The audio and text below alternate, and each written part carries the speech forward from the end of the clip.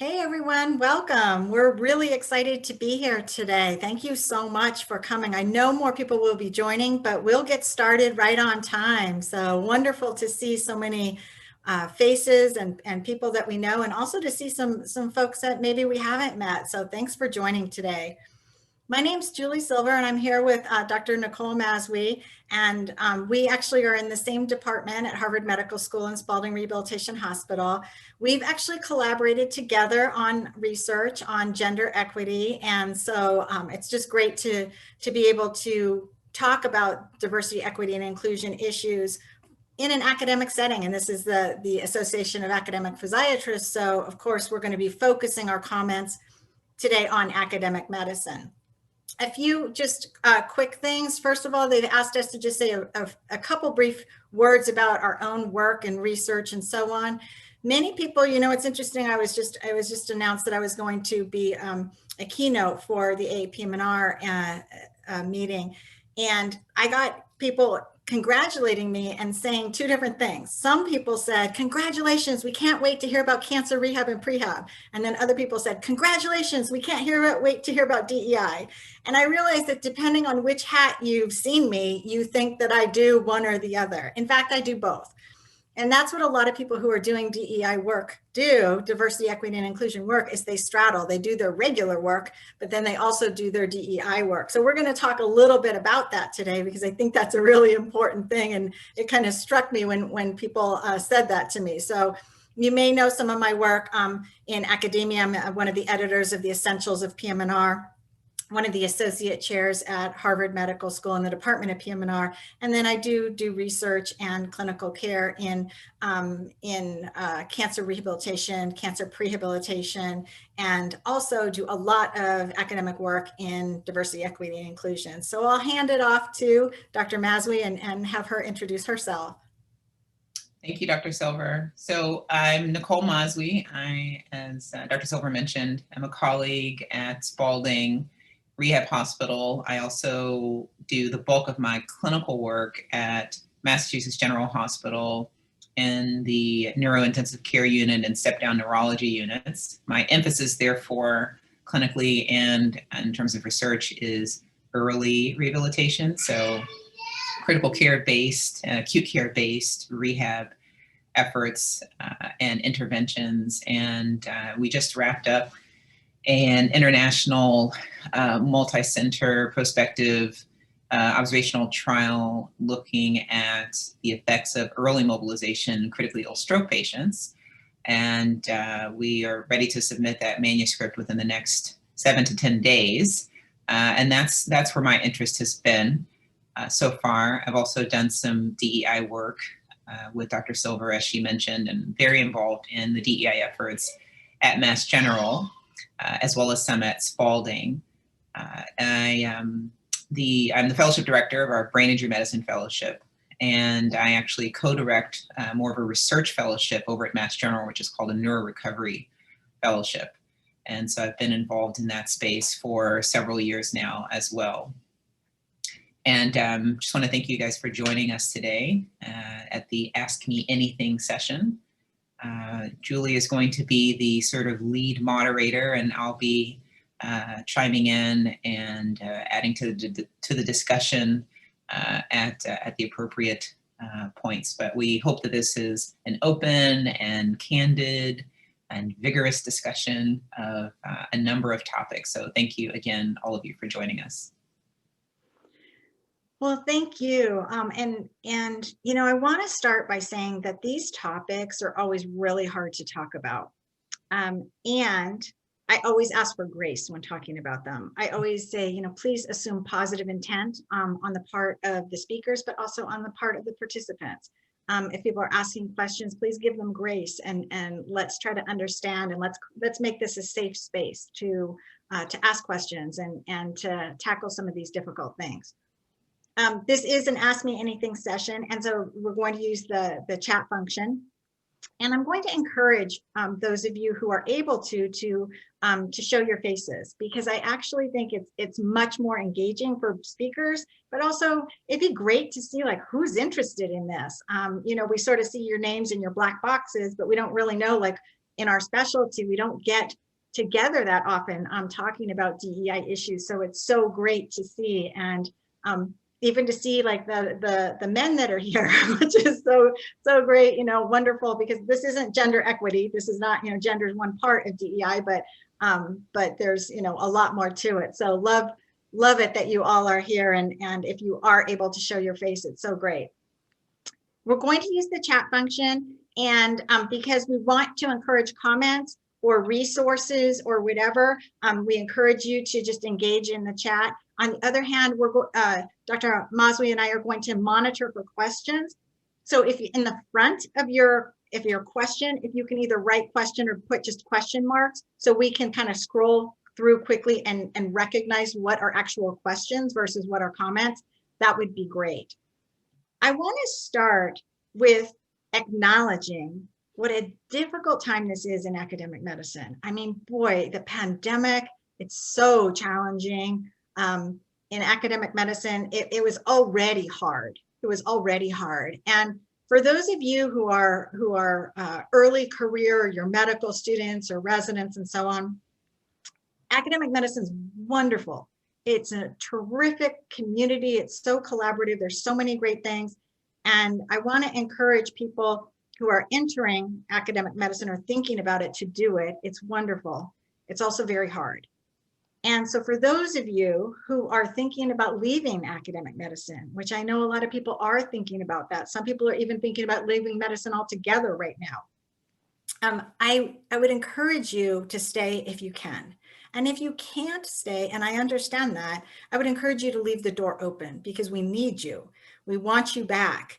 So I actually tweeted about that a couple of months ago, and lots of people weighed in, and it just really resonated. You know, people said, yeah, I've been thinking about leaving, or I've been thinking how hard this is. So I want to acknowledge this is a really hard time. And it was interesting, just to kind of put that in perspective, I want to say that one of my colleagues, together with some of her colleagues, wrote an article about women, and she called it the third shift. And the third shift was really, you go to your regular job and you do your regular job. That's your first shift. Your second shift is you come home and you deal with whatever family issues and people and so on that you have. Your third shift, when you're doing DEI work, is DEI work. You're doing all this DEI work, and that's just extra.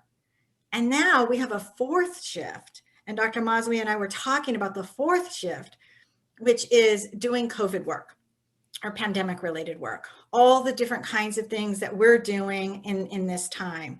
So I am going to encourage you to ask questions, to put things in the chat box, to comment. We really want to have a robust discussion.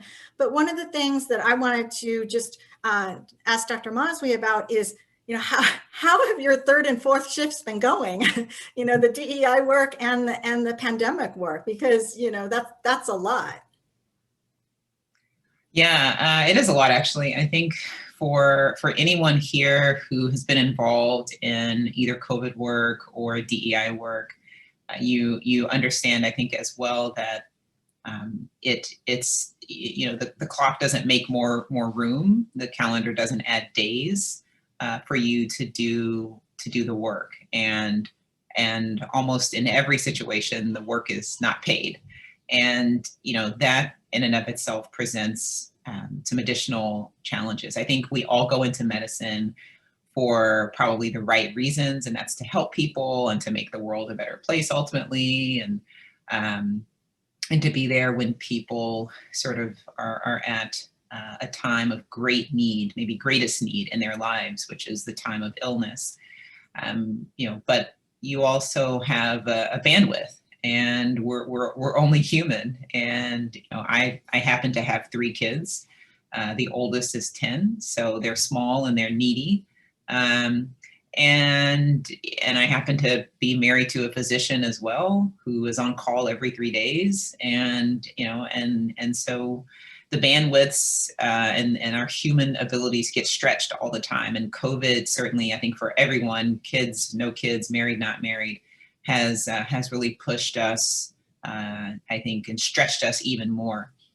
So, you know, I don't know how we've gotten it done, except I think that we as physicians are used to rising to the occasion. And when duty calls, we answer. That's kind of the point. You know, but it's nice to get recognition for it. It's nice to get a thank you from the chairperson. It's nice to know that that your patients are grateful for your work. I think for me, the DEI spectrum is really a 365 pre-post COVID effort as well. I remember I got called the day before to go and speak to cafeteria workers at Mass General, because in our institution, at Mass General in particular, the vaccination rate was hovering at about 30% for many of the underrepresented groups. And, you know, that's abysmal. And many of them look like me, even though I'm actually a Texan and I have no roots to many of the countries of origins that our cafeteria workers and so forth have, but just someone that looks like them, there's sort of an automatic assumption that they can identify better. And I think in many cases they can. And so they asked me the night before to come and speak to these cafeteria workers. I happened to have clinic the next day, and I was willing to cancel my clinic to go and speak to them. I thought it was that important. But that's one of the examples, I think, where doing sort of DEI-centered work, trying to make sure everyone is included, you tend to maybe sometimes feel like a teeny tiny unspoken hero, because those things don't always get recognized. And for reasons that I understand, institutions will often pull and call on the same small pool of people. So, you know, be it the women in the room or the ethnic minorities in the room,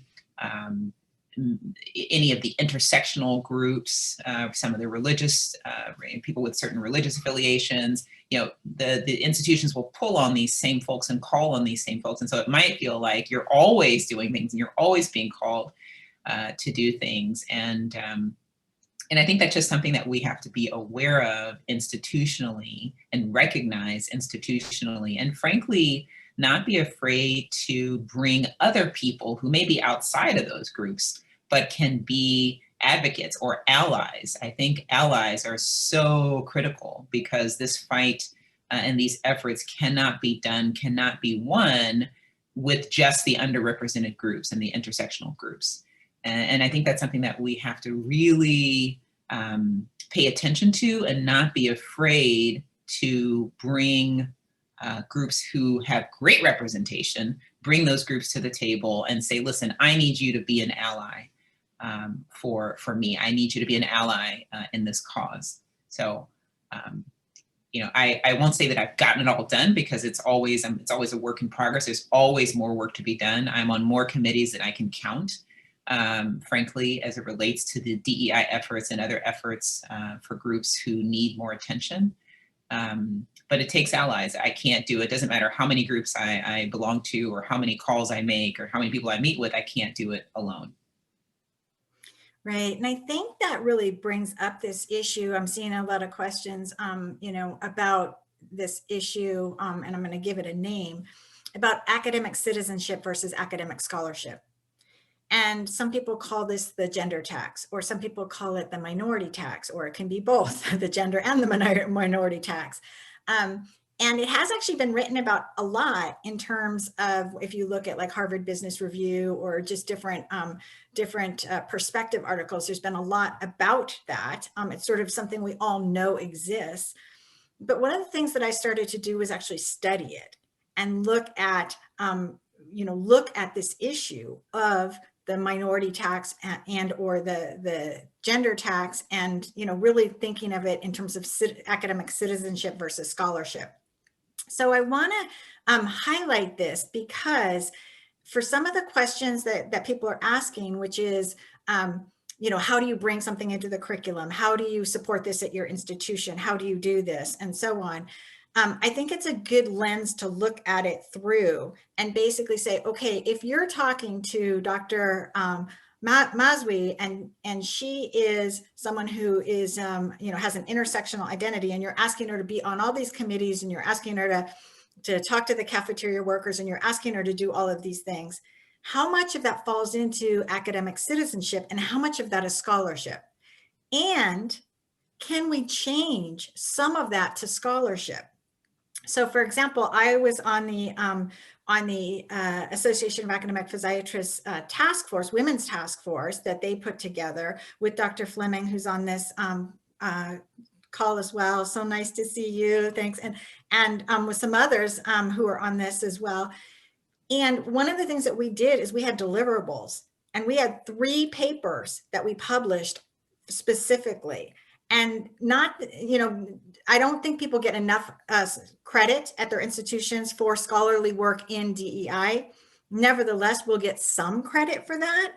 And I think that's really important. What was the deliverable? How did we do it? And how do we change this citizenship work into scholarly work, at least partially? So I think that's a really important way to kind of look at what you're doing, and how often are you doing citizenship work? The other thing that I think is really important is allyship, which is something that Dr. Mazwi touched on, and I think is really important. Asking someone to actually be an ally. I notice on these committees that almost everyone is from an underrepresented group, almost everyone. And so I'm always wondering, could we get more people who are overrepresented and have more power onto these groups, listening to these conversations? And do we just need to ask them to be allies? Are they resistant? Are they why aren't they there? And I think that that's something that we should really be talking about and thinking about is, we can't do this alone. We really can't. It's been shown, over and over in study after study after study. I don't know if you all saw the Richter et al. Study that came out in the New England Journal of Medicine. A very, very discouraging study for women in academic medicine, showing that over the past 35 years, we have not made progress for the associate professor and full professor level. Extremely discouraging study. And one that we should all listen to and think about, because there's a tendency to believe that things are getting better, even when the data say that they're not. And people will constantly say, well, we're improving. Well, we have more women in medicine. Well, we're doing this. Well, we're doing it. It's like, did you not see the data? We're actually not. In fact, in 35 years, we haven't made progress. That's what the data say. So, this idea, if we had a vaccine and we said, and we showed it did not work, and then we went around saying, but go ahead and get it anyway, because it'll probably work, because it seems like it should work, because it's there. It's like, that's really not good science. And no one should be saying that we're making progress when the data clearly show that we are not making progress, which doesn't mean we haven't made progress in some areas. But that's an area where we really have not made very much progress. So I do think allyship is super important. And I think that, one of the things that people are asking about in the chat, Dr. Mazwi, is, are there examples of specific things, whether it's educational content or specific things that you've found that are actually helpful, that we can do to make our institutions better? Yeah, so I'm starting sort of at the top of the chat, and I'll definitely want to address that. There's a question from a male resident who says that some of the women struggle by being called their first names rather than doctor. So I think that's just very topical. We'll definitely loop back to the main topic here, but I think this is a great example of allyship, actually. And so when you're in the room, and this has happened to me, 1,000 times as the attending, coming into the room with an overrepresented male next to me who's my resident, and the patients assume that the resident's the attending and I'm the resident, for example. I think that's a great opportunity. Everyone, you don't have to be senior to be an ally. You can be junior and be an ally as well. So you can actually speak up for your attending on behalf of your attending or your co-residents or your fellow. And that's a great time to just say, actually, Dr. Mazwi is the attending. She's the lead. She's my supervisor. I would direct questions to her, for example. And the same for your co-residents, right? And saying, you know, this is your team of doctors. This is Dr. Bhatia. This is Dr. Huang. This is Dr. Gutierrez, right? And so, and to be very clear and intentional about that for the male residents and the male physicians in the room, to really sort of intentionally elevate your female colleagues to the status that they appropriately deserve. So that's just to address that really, you know, I think fundamentally it takes everyone being bold. It takes some courage to do the right thing, I think, in this case. And I want everyone to be bold, just to be a little bit bolder, right? Because you are, as Julie and I were talking about this morning, you're fighting a good fight, right? If you have an MD or a DO behind your name, you want that to be recognized. You don't want someone to assume that you're there to unpack their suitcase, like one of my residents was very recently because of the color of her skin. And so it's okay to speak up, and the institution should support you in that. So that's that. Now, how to incorporate DEI institutionally. So I think that one of the best things that have been done in MGB, so the Mass General Brigham, the whole partners network, one thing that's been really effective is actually having bias education. And so we've had a couple of speakers that have come to speak to the entire institution, really. It was a completely open webinar of sorts. And the speaker spoke about bias, and is this bias in all forms, because we are all biased inherently. And I think one of the first steps is to recognize that, one, we're all biased. It doesn't make you a bad person, but identifying that bias is really key and fundamental to then acting and moving forward to work against the institutional and other biases that undergird these inequities, okay?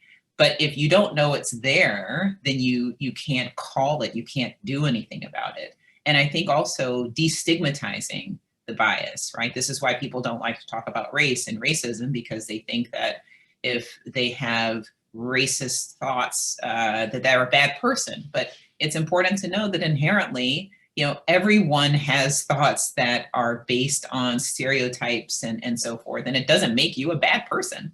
It makes you human.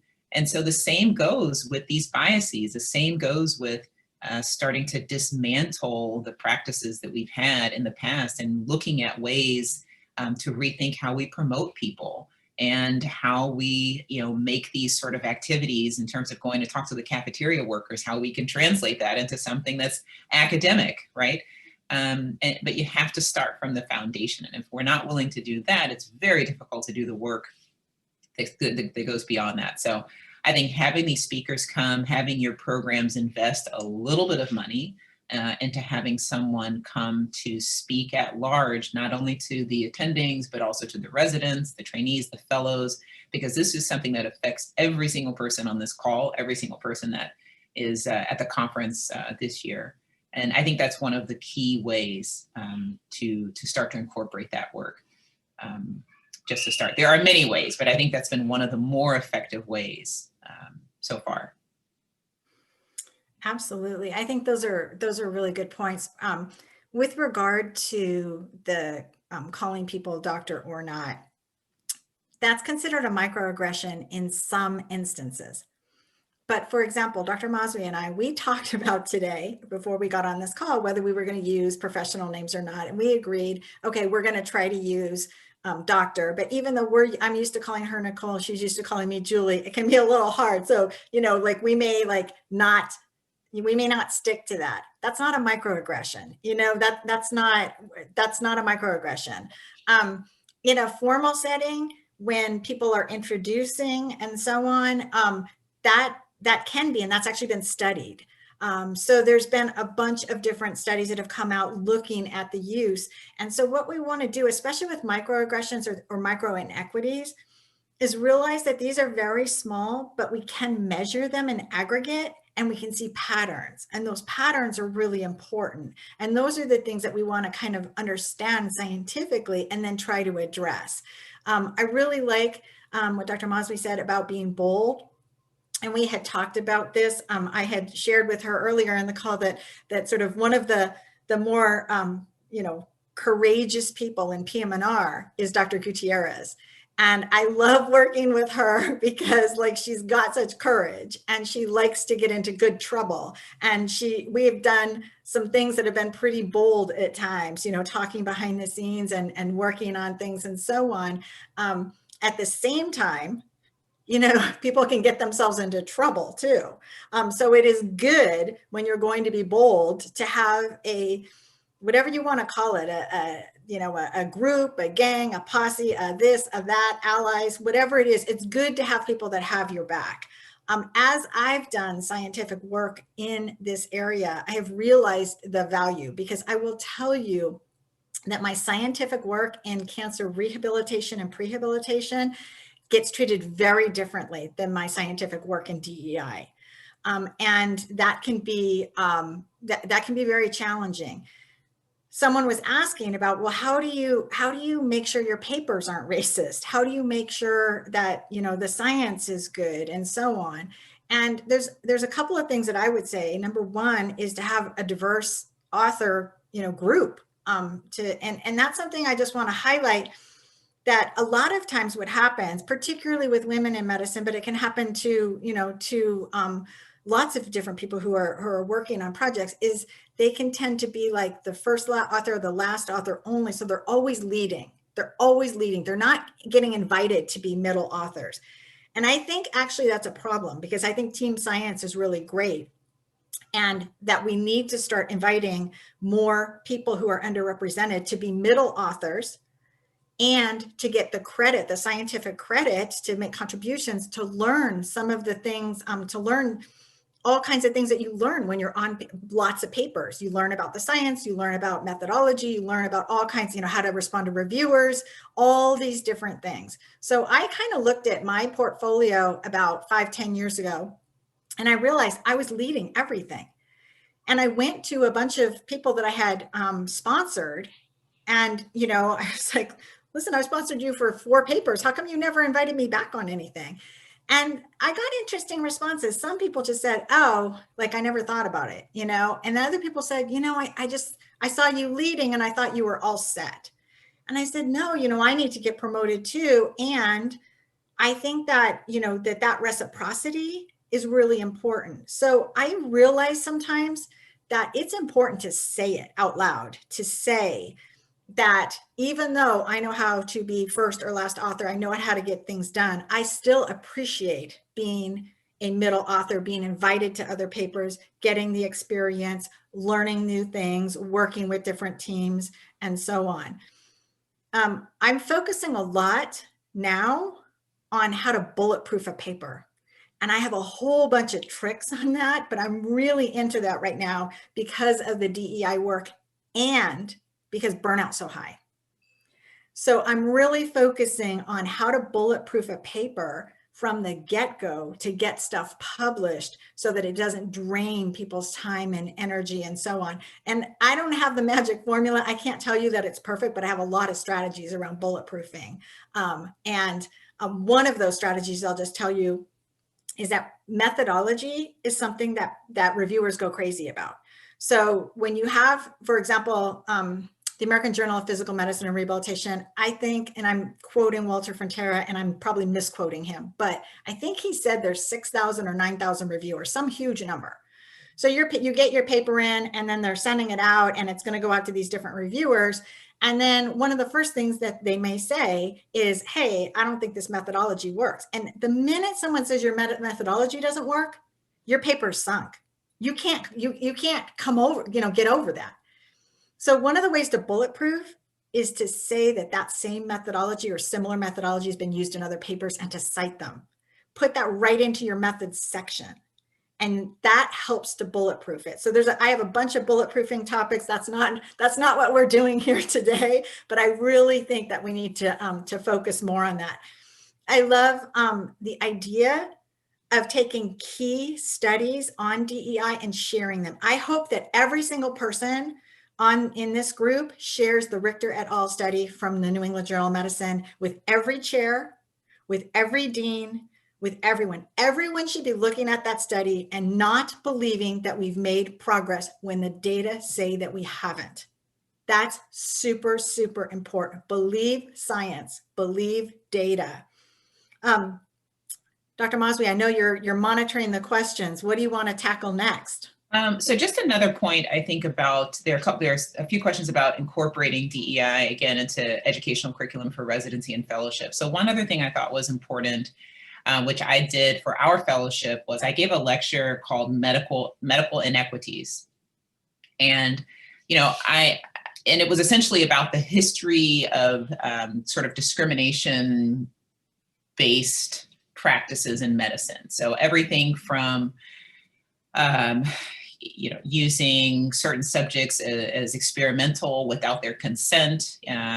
People like Dr. Sims, who had a statue in the, I think it was the park in New York. What's the big park in New York? Central Park. Okay.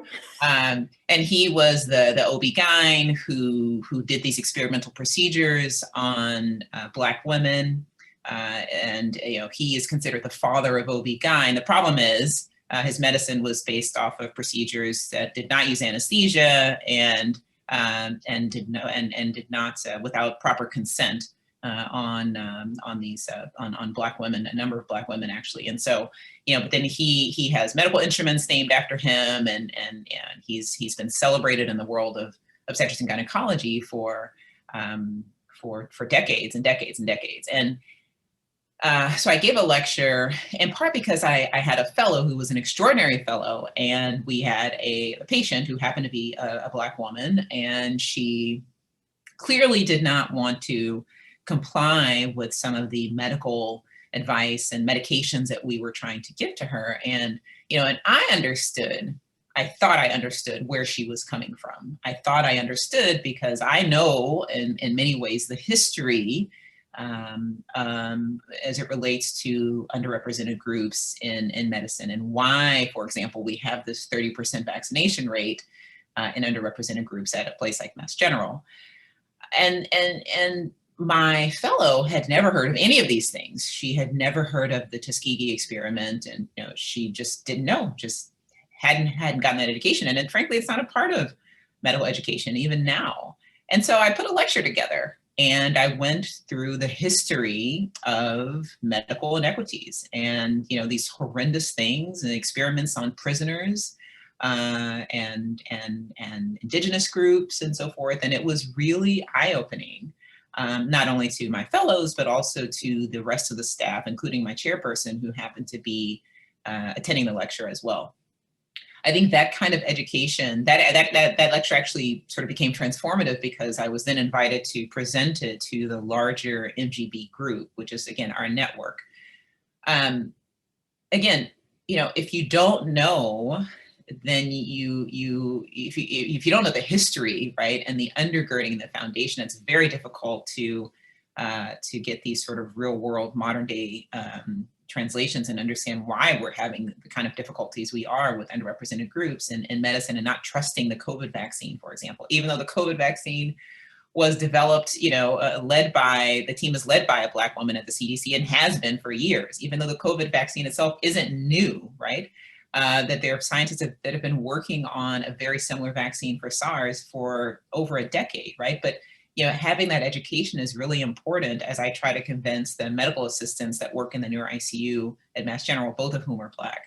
And so I think having a lecture like that, and I'm happy to give it to anyone, at any institution on this call now, but having those sort of fundamental, let's go back and explore the reasons why we see the patterns and the challenges that we have now. So that medical inequities lecture, again, it can be done in many, many ways, but that was another thing I think that was very important. And that's something that the DEI groups at Mass General, for example, focus on, is understanding the history of sort of our transgressions as a nation, as a group of clinicians, right?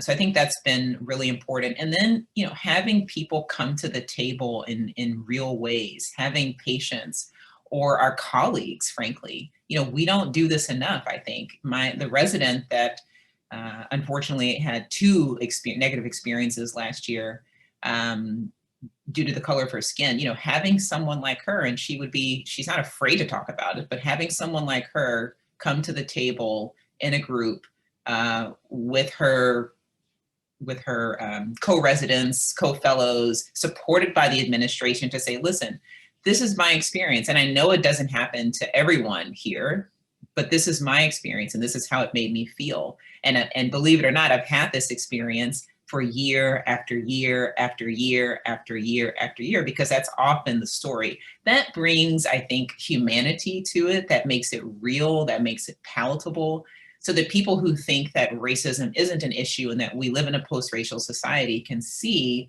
oh, wait a second, it actually happened 2 months ago. And I think those are important to make a safe space for people, for our colleagues in particular, to talk about these things. And I know I've heard a lot of people of color say, well, it's not my job, and you guys have probably read this too, it's not my job to educate other people about it. They've got to do the work themselves. I think I disagree with that, actually. I think if someone is willing to listen and if someone's willing to be an ally, I am more than happy to jump on board and to have the conversations. And I think that if you ask people and you say, listen, I'm coming from a place of ignorance. I know that I don't know what I don't know right now, but I want to learn. I think that if you do that, and we talk about being really bold, this is an opportunity to be really humble and say, I know that I don't know, and I want to learn because I want to be better, because I want to be an ally. I think that's a great way as well to sort of generate conversation. And you'll find that there are many, many listening, that if there's a listening ear, that there's someone that is ready and willing, I think, to have the discussion. So I think teaching, educating is a huge part of it. Anti-racist curriculum, we have book clubs, for example, for people who are willing. My kid's school, some of the teachers joined a book club and they read How to Be an Anti-Racist. I was super impressed. But those kinds of things, and you can't expect that everyone will participate, because they won't.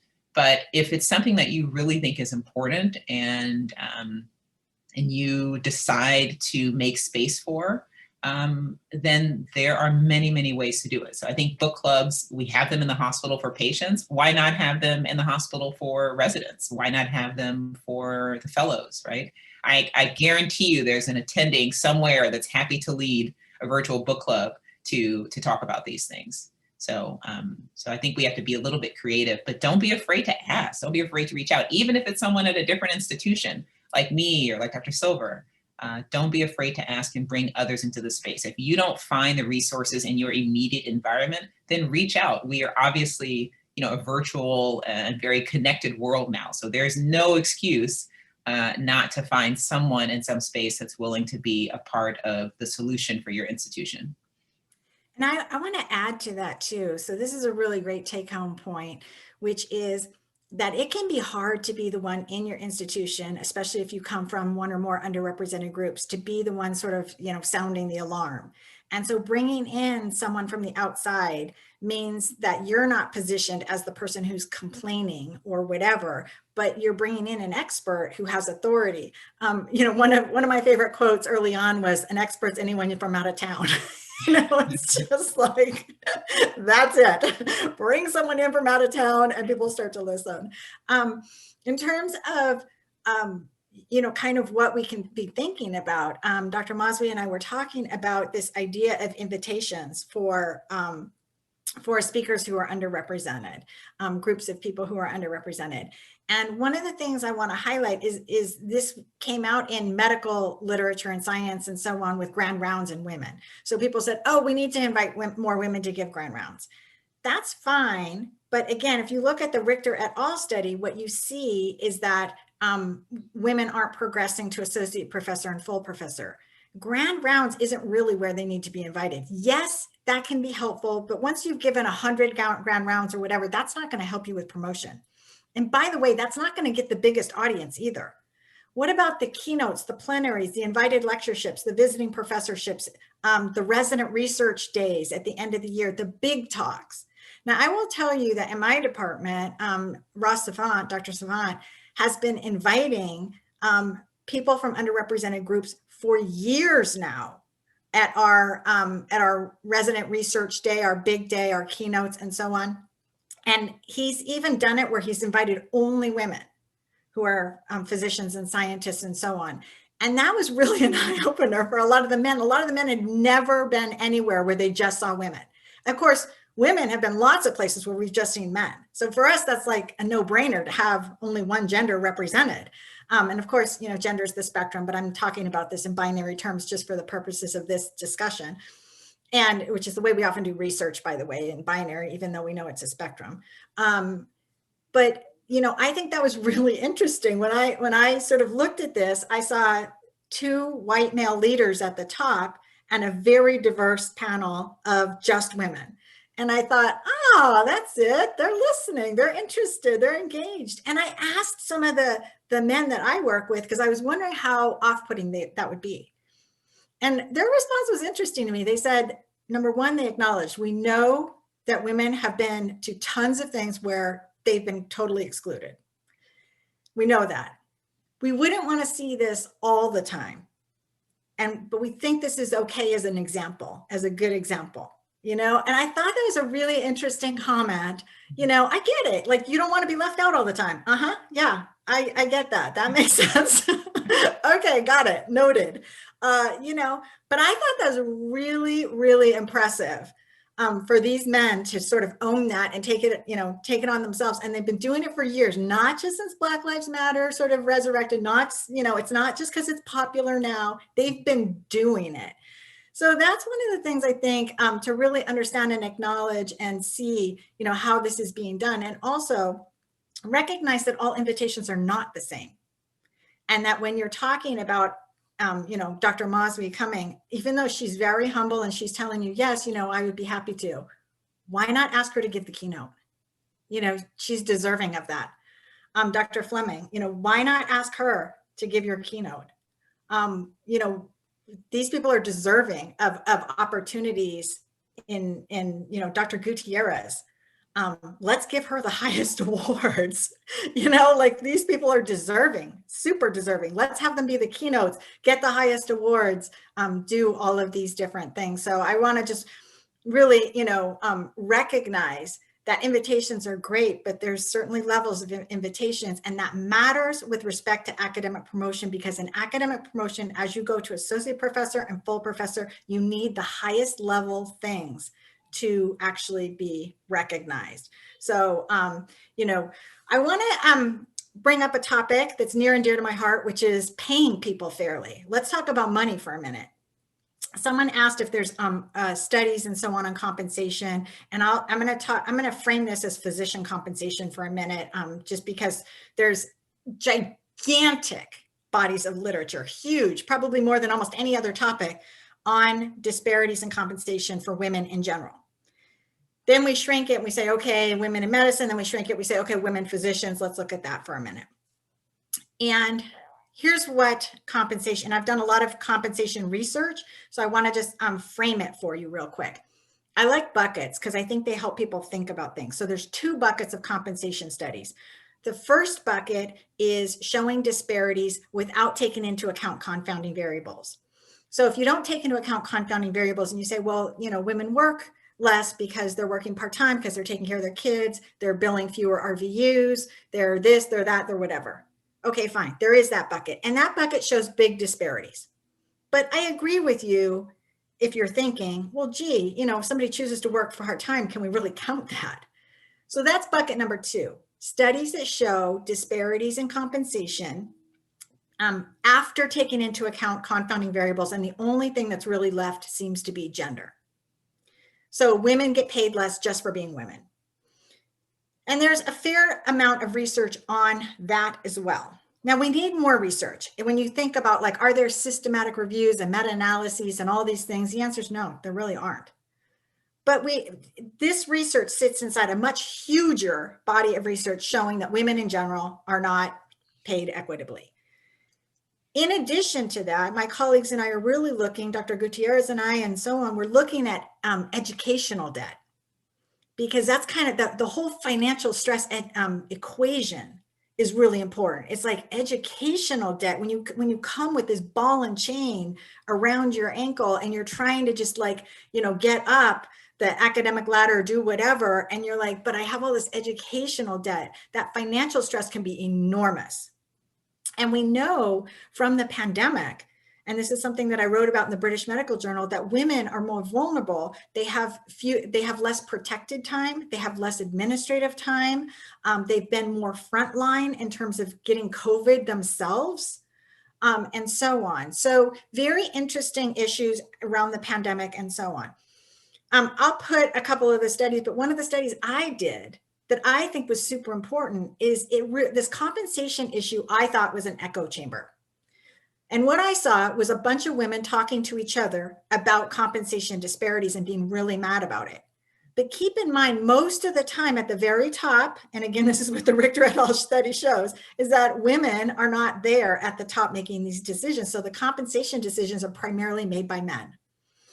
So I wanted to show that women actually, I think, this is my hypothesis, and it turned out to be true, that women do most of the compensation studies. They do a disproportionate number of the compensation studies. They cite those studies and they tweet and put them on social media more than men. So here's this echo chamber. Women are doing the research, they're citing the research, and they're discussing the research, but the compensation decisions are being made by men. That's a problem. And therein lies an opportunity too, which is opportunities to come in and have these DEI conversations. And some of the disparities for compensation, by the way, are in PM&R, to have these conversations and to talk about what are best practices from a scientific point of view. So for example, best practices is not negotiation. That is not a best practice. Absolutely do not condone basing compensation decisions on who negotiates the best, because that's who has the most power. And that's not fair. And it is not fair when somebody's coming right out of residency or fellowship. It is not fair all the way up the ladder. It is not fair to base compensation decisions, especially strictly on negotiation tactics and so on. But to have someone come and show the science and to be speaking to a diverse group, including a group of leaders. So one of the things I've moved away from, although I sometimes still do it, but I've moved away from talking to groups that are only women, because I realize I need men in the room and I need decision makers in the room to really move the bar. And so when I get invited, I'm frequently, wondering, is this a keynote, a plenary? Is this, are there going to be enough people in the room? Is it going to be a diverse audience, or is this going to end up being an echo chamber?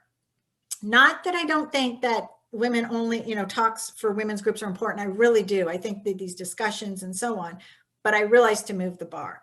So I'll put in there the compensation study that I did. It has a lot of the references for compensation, for the other compensation studies. It has a table with the compensation studies and so on, so you can start to see. And we're really drilling this down. Dr. Gutierrez, maybe you can put the reference for the recent educational debt and compensation study that we did. Yeah, she did it already. Oh, you did? Oh, there you go.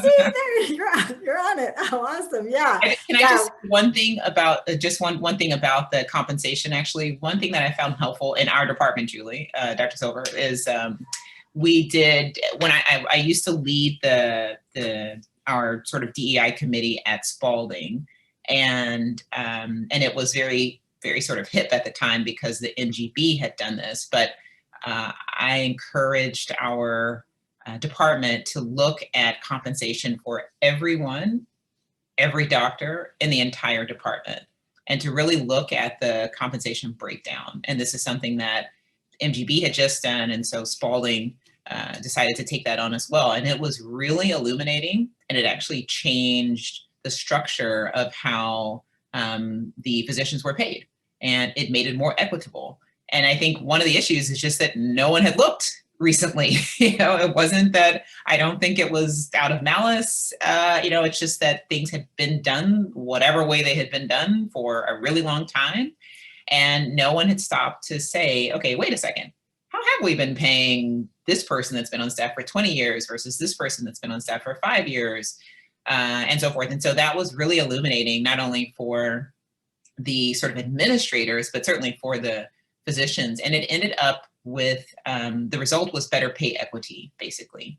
And I think that's really important if your departments have not done that, to encourage them to do so and to push for that, even, because there's nothing like sort of clarity and really being upfront about what's going on when it comes to someone's paycheck, to sort of gain loyalty and build trust. And so I think if your department has not done that, if you're a trainee, you want to be sure that the departments that you're going into have a way to be very upfront about the process. And as Dr. Silver said, you shouldn't have to negotiate your way to a fair salary. And you shouldn't really be, I think, afraid. Again, that's where sort of boldness comes in. You shouldn't be afraid to mention that, because if there's a department that's even, yes, thinking about not paying you fairly for any number of reasons, then that's a department that you want to think twice about sort of joining. So, and for those of you who are in departments already, if they haven't had sort of an evaluation of pay to make sure that there's parity in pay, then that's something that your staff should be requesting, I think. So I know our session, I think technically run out of time. So I don't know, Dr. Silver, how you want to wrap things up. You all are welcome to stay, of course. Yeah, I mean, so many great questions, and the AP has agreed to sort of gather the questions and look at them, and you may reach out to Dr. Mazwi and me to sort of put together some responses to some of the themes and some references and things like that. I encourage you to look at who is on this and to really think about who you can invite. I mean, there's certainly a lot of people who are not on this that you can invite, but I really, really, really encourage you to look at, all right, who is being invited to give grand rounds? Who is being invited to the keynotes and the plenaries, to the research day, to disseminate this information? And I also just encourage you to think about who can you ask as to be an ally and to scoop you up and be on publications, or vice versa. If you're doing publications, who can you, and I mean journal publications and so on, that help women get promoted, or help BIPOC individuals get promoted, who can you scoop up, and what does that look like? And so that's something that I'm really thinking about when it comes to mentorship and sponsorship. I'm always thinking about, what can I get on their CV? That's how I think about it. How can I, and I know I've done a really good job sponsoring somebody when there are things on their CV that they can trace back to me. So that's something I spend a lot of time thinking about and trying to work on. And I know a lot of people here, I've given, Dr. Gutierrez a shout out. Dr. Duplicon, he gave me like the nicest micro affirmation after a really hard time, and something, he probably doesn't even remember it, but it was on social media. And he just said to me, Dr. Silver, you're a provocateur, but you're going down on the right side of history. And I was like, oh, you see what I'm trying to do. And that was so awesome. So we talked about microaggressions, micro affirmations. I thought about that as like 1,000 times. I thought about him doing that. So, there are awesome people in our specialty, and it's been such an honor having the opportunity to speak with you all. We're happy to keep the conversation going and to expand the conversation, beyond Dr. Mazwi and me. Thank you so much, everyone. Thank you very much.